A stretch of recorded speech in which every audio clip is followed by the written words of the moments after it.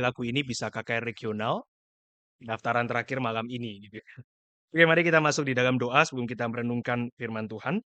Bapa di dalam surga, kami bersyukur karena Tuhan memberi kesempatan pada kami, meski kami tidak sadar, seringkali kami hadir begitu saja di dalam tempat ini, atau kami yang mungkin menimbang-nimbang apakah kami perlu hadir, apakah kami perlu berdoa, tapi kami menerima banyak anugerah ketika kami ada di tempat ini maupun ketika kami melewatkannya sekalipun. Tuhan boleh mengingatkan kami untuk kembali berdoa, dan kami mau bersyukur ya Tuhan karena Engkau sabar terhadap kami dan Engkau memimpin kami, baik kami yang berdoa di sini, di rumah, berdoa pribadi maupun bersama.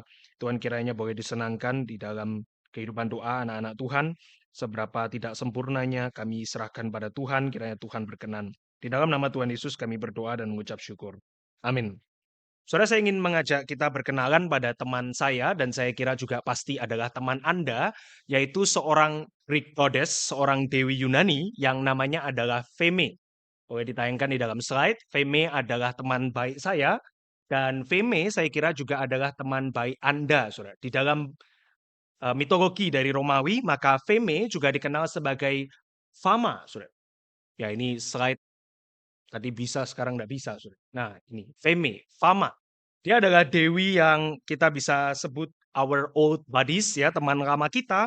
Dia dewi ketenaran, dewi reputasi, fame, dan gosip, saudara. Dia digambarkan sebagai sosok yang bersayap. Semua patung kuno menggambarkan dia punya sayap yang cukup besar. Dia membawa satu trumpet, ya, satu trompet.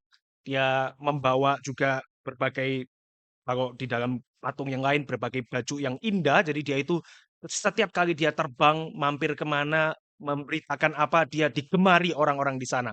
Ya tentu saudara, orang Yunani pun tidak betul-betul percaya Feme ini ada atau Fama, tapi Feme itu adalah scapegoat-nya mereka, kambing hitamnya mereka.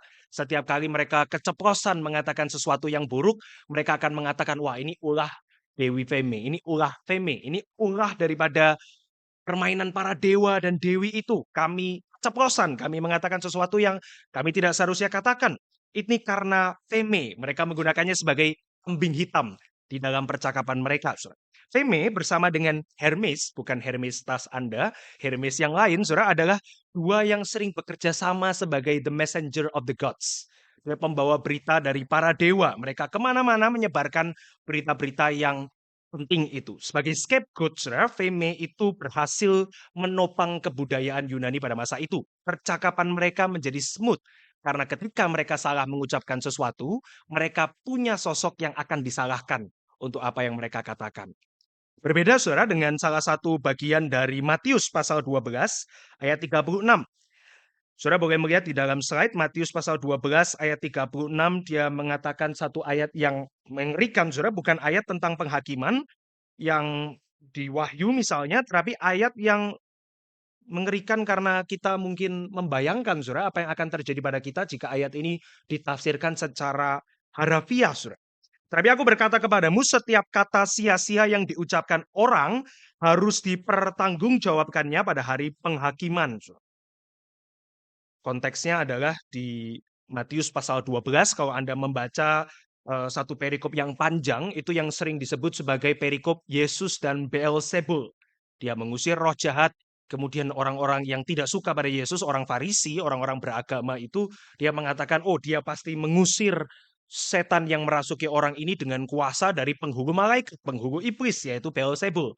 Dan kemudian Yesus mengatakan di dalam ayat 36, ayat yang tadi itu ya, I tell you, on the day of judgment, people will give account for every careless word they speak. Orang-orang akan bertanggung jawab, mempertanggungjawabkan segala apa yang mereka katakan hari itu. Saudara, ini referring menunjuk kepada orang Farisi. Mereka tidak diizinkan oleh Tuhan Yesus untuk menggunakan satu sosok kambing hitam untuk disalahkan. Mereka harus bertanggung jawab terhadap apa yang mereka ucapkan. Mereka menuduh Yesus mengusir setan dengan kuasa iblis, dan mereka mengucapkan itu, they mean it. Mereka tidak bisa mengatakan itu sebagai suatu, oh saya kira, oh kebetulan, oh keceplosan, oh begini dan begitu.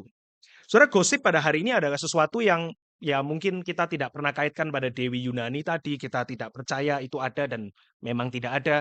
Kita juga tentu tidak seperti orang-orang pada masyarakat Romawi yang kemudian akan mengatakan ini kami mengatakan hal-hal yang salah karena permainan para dewa.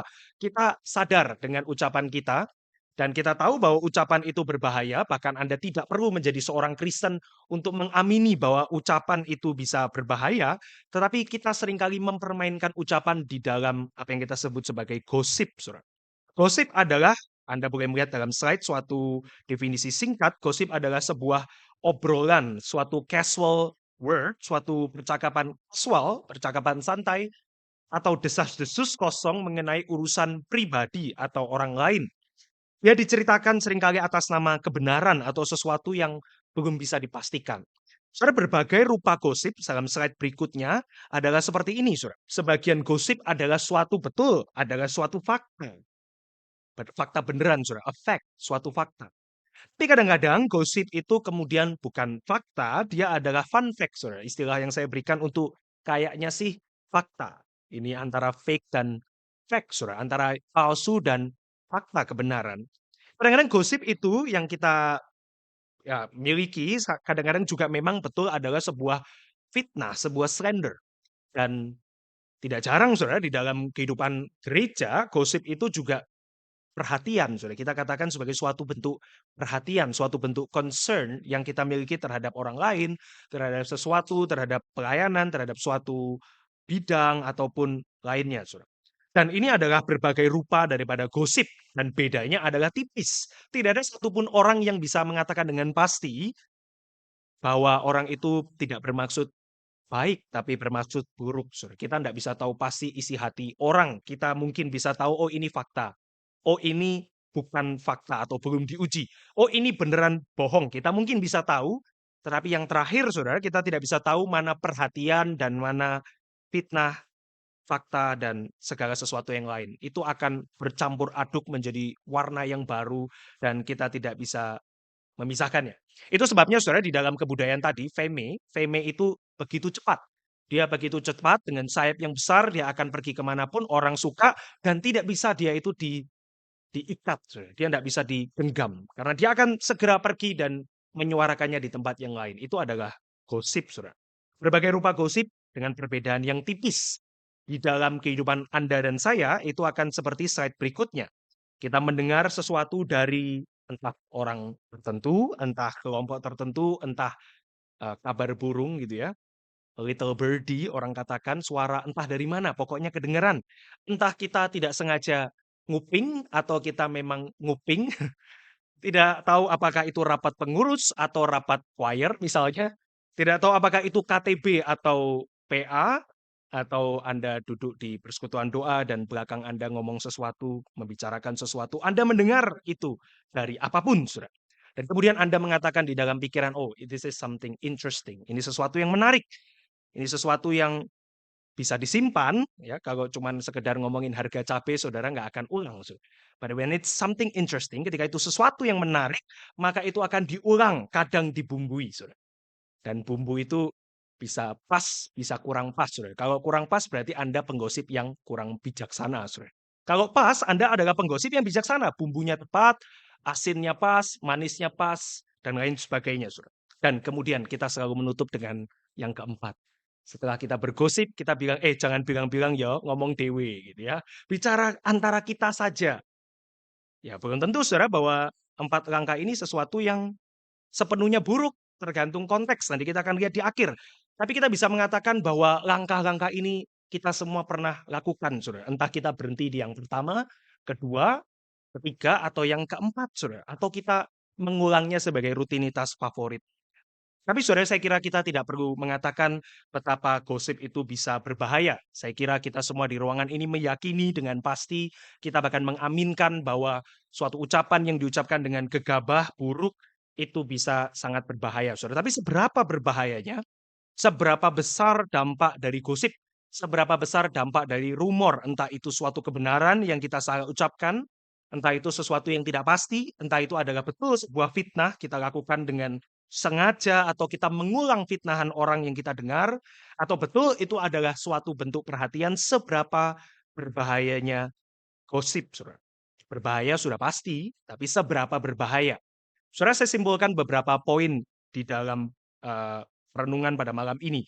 waktu KTA, saudara, saya lupa masukkan tema ini. Saya bicara tentang gosip, saya bicara mengenai 3 poin, nanti kita akan lihat. Tapi saya lupa memasukkan yang pertama ini, saudara, yaitu poin menyakiti sesama. Saudara, sebelum nanti gosip bicara tentang menghimpit komunitas, bicara tentang menghancurkan trust, ya, percaya akan orang lain, menggantikan Tuhan dan lain sebagainya, saya lupa bicara mengenai bagaimana gosip itu menyakiti sesama. Saudara, mari kita buka lagi ya, Matius pasal 12 ayat 36 dan 37 yang tadi kita baca. Di dalam ayat 36 kita dengan jelas bisa mengaminkan Tuhan Yesus bicara setiap kata-kata sia-sia yang diucapkan orang, atau dalam bahasa lain every reckless word, semua ucapan reckless, ucapan asal-asalan, itu harus dipertanggungjawabkan pada hari penghakiman. Di dalam ayat 37, Yesus menyambutnya dengan, karena menurut ucapanmu engkau akan dibenarkan, dan menurut ucapanmu pula engkau akan dihukum. Saudara yang ikut katekisasi, something nggak match kan ya, saudara, karena kita dibenarkan karena apa? Iman, saudara, bukan ucapan kan ya. Kita juga tidak dihukum karena ucapan, saudara. Ya hukuman manusia bisa saja, saudara, salah ngomong gitu ya, masuk penjara bisa saja. Tapi ini bicara konteks apa, saudara? Saudara, kita lihat Matius pasal 23 ayat 37 sampai dengan 39. Pertanyaan sebelum kita masuk ke dalam 37 sampai 39 ini, Matius 23, adalah apakah Yesus itu tersakiti oleh kata-kata orang Farisi, saudara, yang mewakili dari tokoh agama di Yerusalem, mewakili dari orang-orang Yahudi yang ada di Israel. Saudara, di dalam Matius pasal 23, probably sekitar 1 tahun lebih dari Matius 12, Tuhan Yesus menjelang akhir daripada pelayanannya, dia berdiri melihat Yerusalem, dan kemudian dia mengucapkan ayat-ayat ini. Kita baca ya, ayat 37 sampai 39. 1, 2, 3. Yerusalem, Yerusalem, engkau yang membunuh nabi-nabi dan melempari dengan batu orang-orang yang diutus kepadamu. Berkali-kali aku rindu mengumpulkan anak-anakmu, sama seperti induk ayam mengumpulkan anak-anaknya di bawah sayapnya. Tetapi kamu tidak mau. Lihatlah rumahmu ini akan ditinggalkan dan menjadi sunyi. Dan aku berkata kepadamu, mulai sekarang kamu tidak akan melihat aku lagi, hingga kamu berkata, diberkatilah dia yang datang dalam nama Tuhan. Ini perkataan yang dimaksudkan di dalam Matius 12, saudara. Bukan, oh ngomong A salah dihukum, ngomong B benar diselamatkan. Bukan, saudara. Tapi ini mau mengatakan suatu ucapan yang keluar dari hati di satu sisi. Dan di sisi yang lain, saudara, saya bukan mengatakan bahwa Yesus itu tersakiti oleh kata-kata orang Farisi, dan oleh karena itu dia kemudian menolak Yerusalem. Bukan, saudara. Tetapi ini adalah suatu gambaran bahwa suatu perkataan yang keluar dari hati, when it cuts deep. Saudara. Ketika itu menyayat, dia menyayat dalam. Yerusalem, saudara, diwakili oleh orang-orang beragama tadi yang keluar dan menuduh Yesus mengusir setan dengan kuasa Beelzebul, and it cuts deep. Itu menyakiti hati dengan dalam, saudara. Yesus bukan suatu Allah yang berinkarnasi tanpa emosi. Dia adalah Allah yang berinkarnasi, dia bisa merasakan banyak hal. Dia adalah manusia sejati, saudara. Dan dia tentunya disakiti oleh perkataan dari orang-orang yang dia datang untuk selamatkan. Saudara, ketika orang-orang itu membawa perkataannya dengan sembarangan, dalam hal ini kepada Yesus, dia betul-betul menyakiti Allah yang menjadi manusia itu. Di satu sisi yang lain, saudara, ketika Lazarus itu mati, saudara dari Marta dan Maria yang dikasih oleh Yesus, dia juga betul-betul itu merasakan duka cita. Yesus bukan pribadi yang platonik, yang tidak beremosi itu. Dan saudara, ketika kita melihat pelayanan Tuhan Yesus, dia seringkali drawn, dia tertarik kepada Yerusalem, dia tertarik kepada orang Yahudi, dia seperti diundang untuk terus memanggil mereka, anak yang hilang itu, dan justru ternyata yang sulung itu yang ada di rumah ayahnya, yaitu orang-orang Farisi, mereka yang tidak pernah kembali, saudara. Saudara, gosip itu bisa menyakiti sesama, entah itu fakta, entah itu fitnah. Di dalam hal ini fitnah, dia cuts deep, saudara. Sebuah perkataan yang menyakiti hati. Yesus itu meratap untuk Yerusalem karena perkataan-perkataan mereka keluar dari hati, dan yang keluar adalah penolakan terhadap dirinya, saudara. Saudara, bagaimana dengan sisi yang lain, saudara? Kehidupan ini di dalam komunitas umat percaya, Daud mengucapkan hal yang serupa di dalam Mazmur 57 ayat 4. Anda boleh lihat di dalam slide. Di dalam Mazmur 57 ayat 4 atau 5, Daud itu yang sedang dikejar-kejar oleh musuhnya, dia mengucapkan satu bagian di dalam Mazmur itu. Aku terbaring di tengah singa yang suka menerkam anak-anak manusia. Yang giginya laksana tombak dan panah dan lidahnya laksana pedang tajam. Apa yang Daud katakan di situ bukan secara harafiah dia di tengah singa dan panah dan tombak, tapi ketika dia dikejar-kejar oleh musuh, banyak dari orang-orang di dalam komunitas Daud itu menuduh Daud sebagai orang yang jahat, sebagai orang yang menggunakan tadi ya seperti Yesus ya kuasa Beelzebul di dalam konteks Daud. Oh, Daud pasti berdosa sehingga ini terjadi kepada Daud. Ini pasti terjadi karena Daud melakukan hal-hal buruk di dalam hidupnya. Tuhan sedang menghukum nih. Daud lu main-main dengan dosa, sekarang terjadi demikian. Padahal tidak. Daud dikejar-kejar bukan karena dosanya. Yesus tidak menggunakan kuasa iblis. Ayub, dia tidak berdosa kepada Tuhan dan kemudian mengalami berbagai suffering, berbagai penderitaan. Tetapi ucapan-ucapan di dalam konteks yang berbeda-beda itu menyakiti orang-orang percaya. Dan yang kedua, saudara, kita juga melihat bahwa gosip itu seringkali dengan mudah merusak komunitas. Dia menghimpit, dia mematikan, dia mengeringkan. Saudara. Terkadang betul dia sampai mati, ya, membunuh secara langsung. Maka orang bilang fitnah itu begitu kejam, lebih kejam dari membunuh. Tetapi juga kadang, saudara, dia tidak langsung membunuh, dia membuat segala sesuatunya kering. Saudara. Jarang sekali orang itu meninggalkan suatu gereja, suatu komunitas karena oh, doktrinnya itu ganti. Doktrinnya itu salah. Ada, saudara. Tapi lebih banyak orang meninggalkan suatu gereja karena orang-orang di dalam komunitas itu dia tidak menahan dirinya dengan baik, dia menghimpit dan mematikan. Saudara. Di dalam baik itu Efesus 4 ayat 29 atau 1 Korintus 1 ayat 10, Paulus mengingatkan perkataan itu bisa menghancurkan komunitas dengan mudahnya. Hendaklah kamu seia sekata. Kenapa perlu seia sekata? Bukan satu visi ketika rapat, bukan itu maksudnya. Tetapi hendaklah kamu membangun satu sama lain. With that purpose. Dengan tujuan itu komunitas harus berdiri. Saudara, ketika kita hidup di tengah komunitas yang penuh dengan gosip, dengan rumor, perkataan yang sembarangan, dan lain sebagainya, seringkali tanah itu devoid of nutrients. Dihabiskan dari nutrisinya, sehingga kita tidak bisa bertumbuh di sana. Ketika seorang hamba Tuhan berkhotbah, kita tidak akan bisa mendengarkan khotbahnya, karena kita terlalu dikelilingi oleh tanaman-tanaman yang merusak. Saudara. Itulah gosip pada komunitas. Saudara, komunitas juga dihancurkan dari trust yang ada di sana. Ketika gosip itu ada, maka dia juga menghancurkan trust. Bukan hanya korban, saudara, pelaku gosip itu juga kemudian akan cemas dirinya sendiri menjadi korban dari gosip yang lain. Jadi ketika gosip itu dijalankan, seorang teolog mengatakan dia melukai 3 orang. Melukai yang dibicarakan, melukai dirinya sendiri, dan kemudian juga melukai orang-orang yang mendengar gosip itu. Ya, 3 pihak. Yang dibicarakan, dilukai. Yang membicarakan, dia juga tidak sadar, dia melukai dirinya sendiri, dan kemudian orang-orang yang ada di sana yang ketangkep di tengah.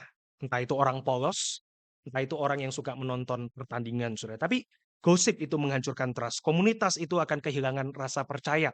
Gereja itu akan dihancurkan ketika orang-orangnya terbagi ke dalam berbagai grup. That's why ketika kita misalnya ada suatu KTB, bidang pelayanan, departemen gitu ya, di sini grup choir cuma 1 Pak Ronald ya, tapi kalau misalnya suatu saat ada 5, nah itu harus hati-hati, Saudara. Bagaimana perkataan dari grup choir 1 ke grup choir yang lain dan sebagainya, Saudara.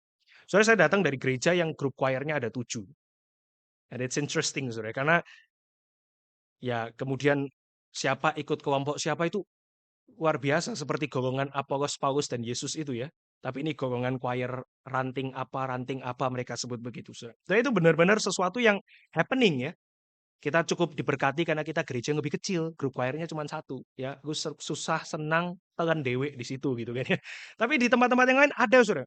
Antar departemen pelayanan juga bisa. Oh, kami departemen pengembalaan misalnya. Oh, kami pengajaran, kami ibadah, kami penginjilan.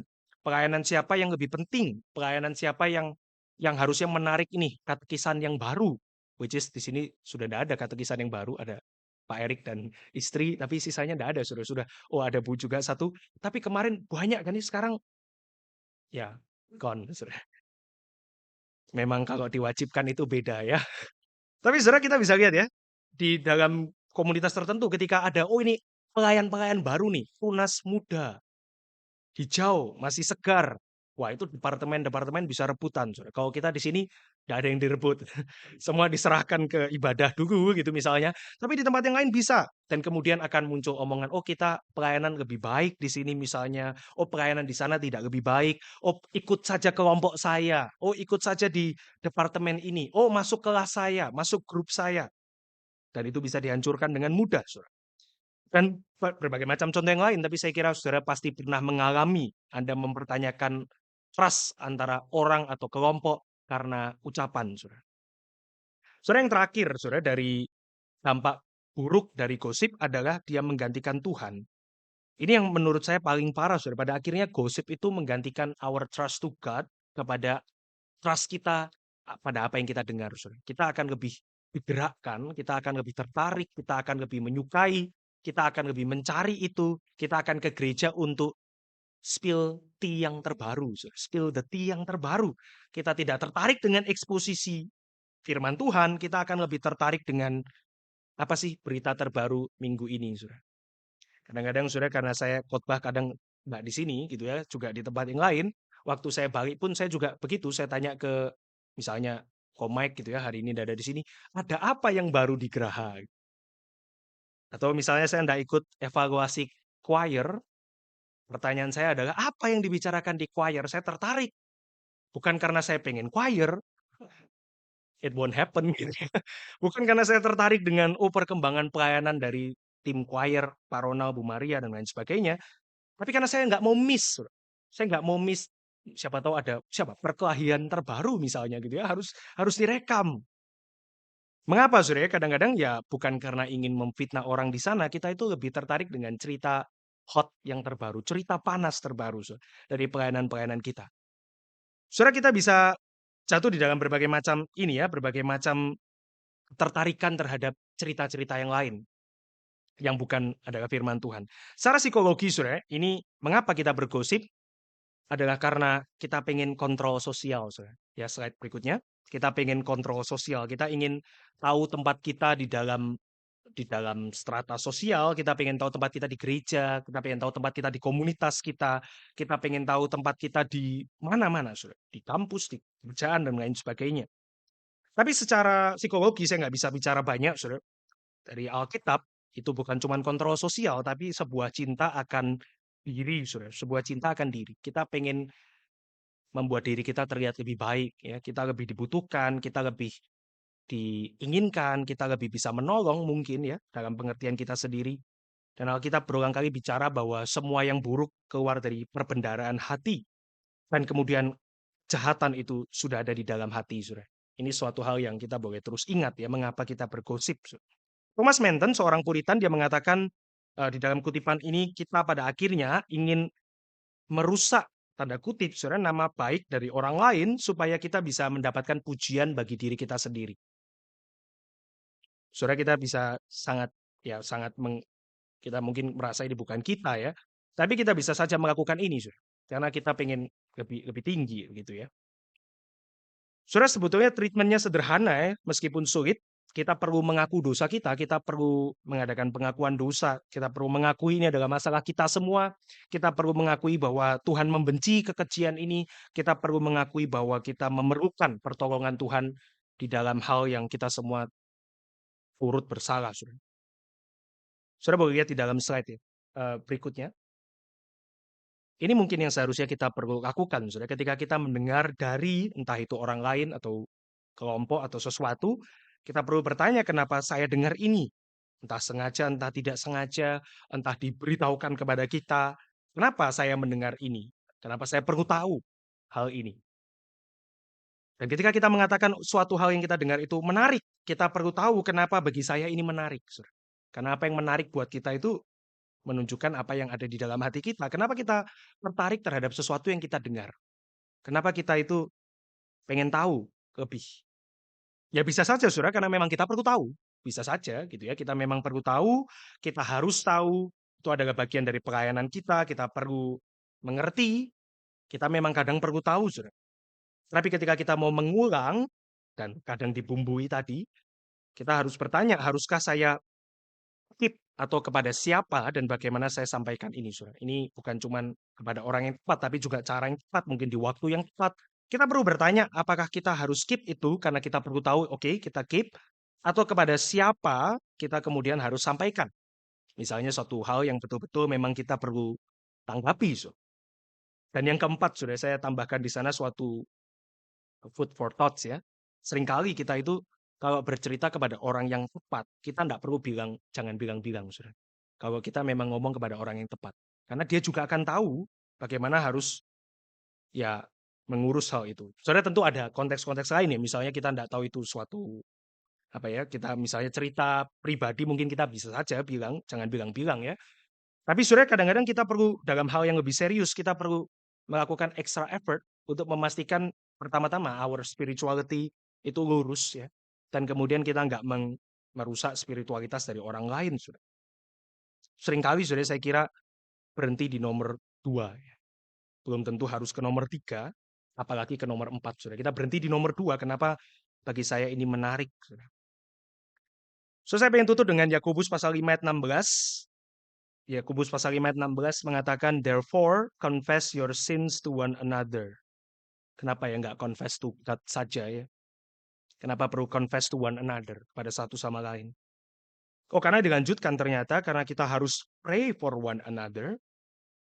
Bukan hanya ketika kita mengaku dosa, mengaku salah, kita perlu mendoakan karena berarti kita harus memperbaiki sesuatu, kita harus membangun sesuatu di sana. Kemudian Yakobus mengatakan that you may be healed. The prayer of a righteous person has great power as it is working. Saudara, komunitas kan perlu dibangun oleh kata-kata ya. Dan ketika Yakobus diajak untuk memikirkan ini dan dia menuliskan kepada gereja bagaimana gereja itu dibangun dengan kata-kata, apparently yang keluar bukan rumor dan empty words, but a prayer. Tapi adalah doa. Dan doa diawali dengan our confessions of sin to one another. Ya tentu saudara kepada Tuhan pertama-tama, to one another. Saudara. Artinya adalah Yakobus tahu bahwa di dalam sebuah komunitas pasti akan ada kesalahan terhadap satu sama lain.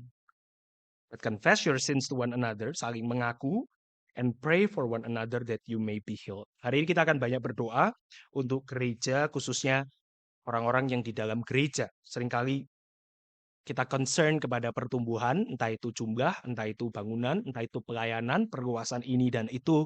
Tapi kita perlu berdoa untuk orang-orangnya. Kita perlu berdoa untuk komunitasnya. Kita perlu berdoa untuk orang-orang yang ada di sana, supaya jika mereka tersakiti, mereka boleh saling mengampuni. Dan jika mereka terus menyakiti, mereka boleh bertobat. Dan jika mereka baik-baik saja, mereka mendoakan orang yang lainnya lagi. Mari kita berdoa.